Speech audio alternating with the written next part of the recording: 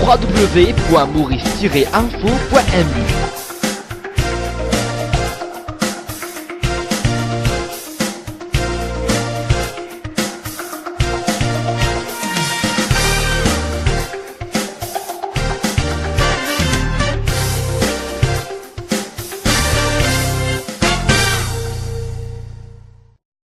Super, Ramnerud, bonjour. Bonjour Jean-Claude.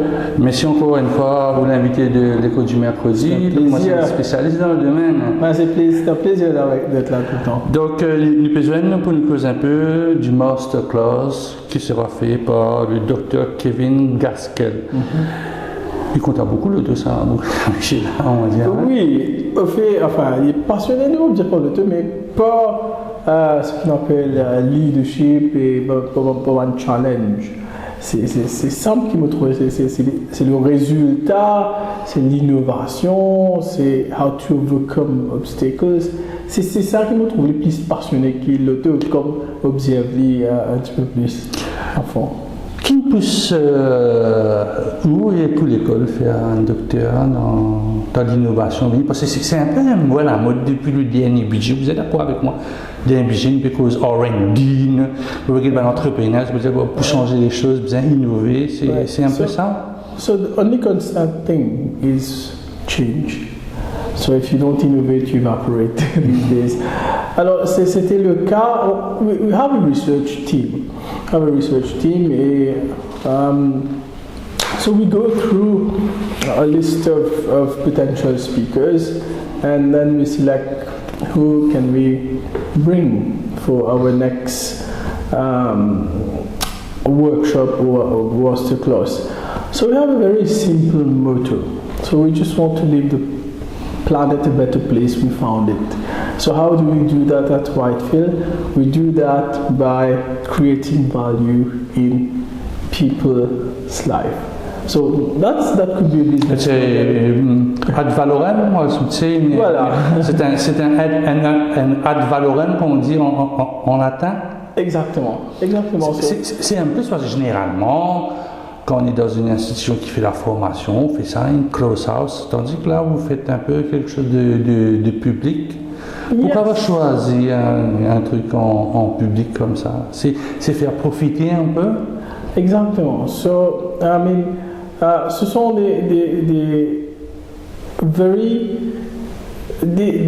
knowledge qui ne sont pas out there pour le public. Alors, pourquoi Kevin Gaskell et pourquoi ce masterclass? Quand on a vu le profil de Kevin Gaskell, Kevin était le numéro 2 de Lamborghini. Et quand il était à de Porsche, let me correct that, he was number 2 at Porsche. Et Porsche was in a really bad shape. When I say bad shape, they were like face to face with bankruptcy, allons dire. And then at the age of 32, he was appointed CEO of Porsche, and it was in really bad shape. And 5 years later, he turned around Porsche into a market leader. Un peu difficile de faire l'interview, c'est en anglais, c'est en français. Non, c'est à la mauricienne, il n'y a pas de problème. Qu'est-ce qui fait que quelqu'un qui a 32 ans, qui est à la tête, un CEO, c'est à la tête d'une compagnie comme Porsche? Porsche, c'est pas n'importe qui, c'est pas Whitefield Business School, c'est pas n'importe qui, c'est très grandement, c'est du luxe, c'est de l'ultra luxe. Qu'est-ce qui fait qu'à 32 ans, il a pu renverser la vapeur, comme on dit, faire tourner au turbo pour que Porsche puisse se refaire une santé, parce qu'une Porsche, c'est pas la voiture de monsieur et madame tout le monde, ça.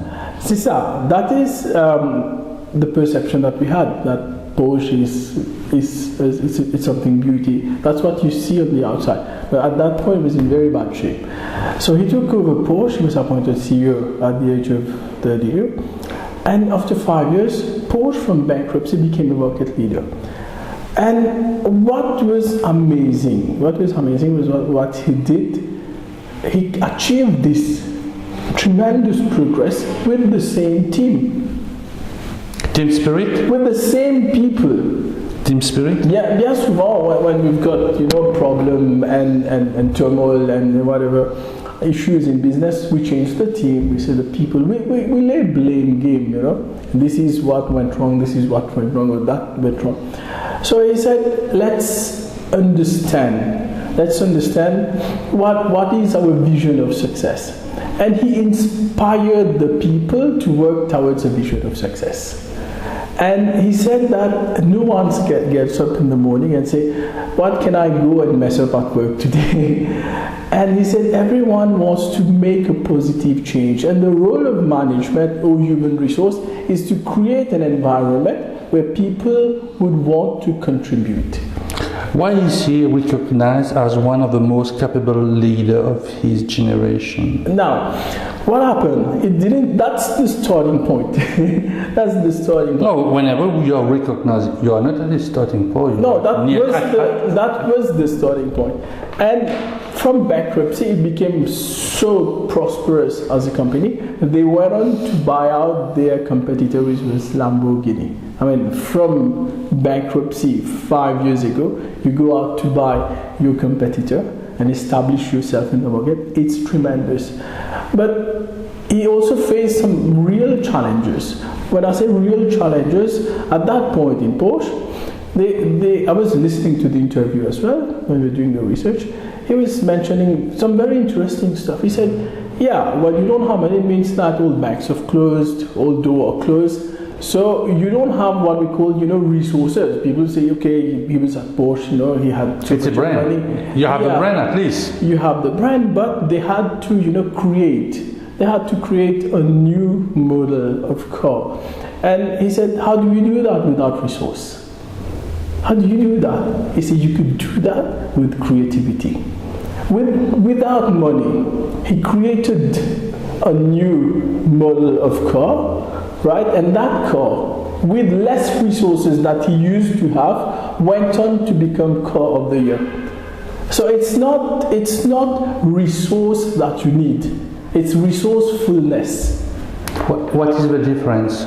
Resource is what you say, money, people and all that. But resourcefulness is an attitude. Is an attitude which you have when you're faced with problem. Let me give you a small example. You see a mountain climber, yeah. His fuel when he's on the foot of the mountain. The mountain is a challenge for him. And this is the guy. You say, please go to the supermarket. Going to the supermarket is a mountain for him. It's too difficult because, he can't find a parking and it's a bit rainy. You see? In the best of cars, going to the supermarket for this guy is a mountainous task, and for the mountain climber, it's what fuels him. So it's not the situation in life, right? So it's the way you look at things. It's all about attitude. So if you have an attitude of resourcefulness, so no problem is big enough for you. So this is what you want to give to those who are coming to see the masterclass? Obviously. So we want because it's not the first time that Subia is talking about attitude. Yes. In the last interview, it was one of your motto, education. It was about education, and you said that we have to change our mindset. Exactly. We have to change our attitude. So you're working more on the attitude. So we also want to showcase to the public, to the HR managers, to the leaders, or even to the staff that it's possible.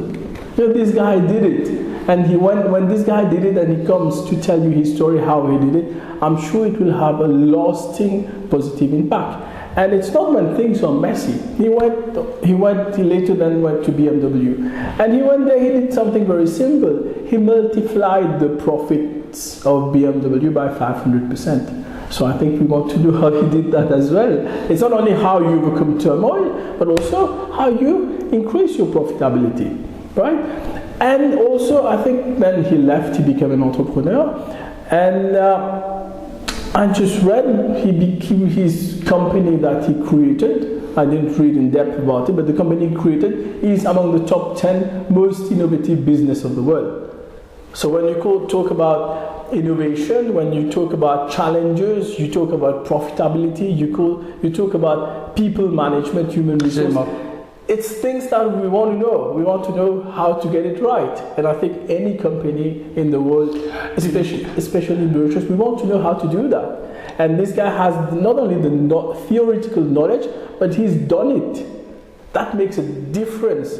When he walks what he would talk, he's already done it. So we want to learn from someone. You want to do the talk or the walk?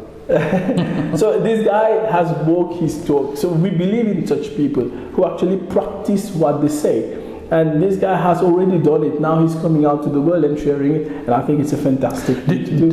Do you think our Mauritian CEOs or those who come from elsewhere, our CEOs, will understand this philosophy? Whenever we see in Mauritius, we are in a square box. No, we think about a square box. No, I think everyone think outside the box, but you need to create that environment. You need to create that situation. People would love anyone. No one want to feel that pain of stagnation. Everyone want to feel the joy of growth, but they don't find the opportunity, and that's our role. So the course overview, according to a press release, yes, it's provoking teams to think outside their self-imposed constraints. Yes. Why do we have self-imposed constraints? So we have what you call it's hardwired belief. I think it could have happened to you. So we are most of the time on autopilot.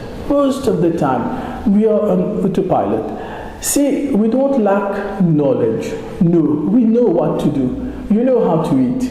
You know you should exercise. But we're trapped between knowledge and action gap. So if you can get out of this gap, everybody knows what to do, but they just can't do it. It's because of this knowledge action trap. So getting out of it, right? If you could get out of it, you will do many amazing things in your life. Right? So how you get out of it, you have to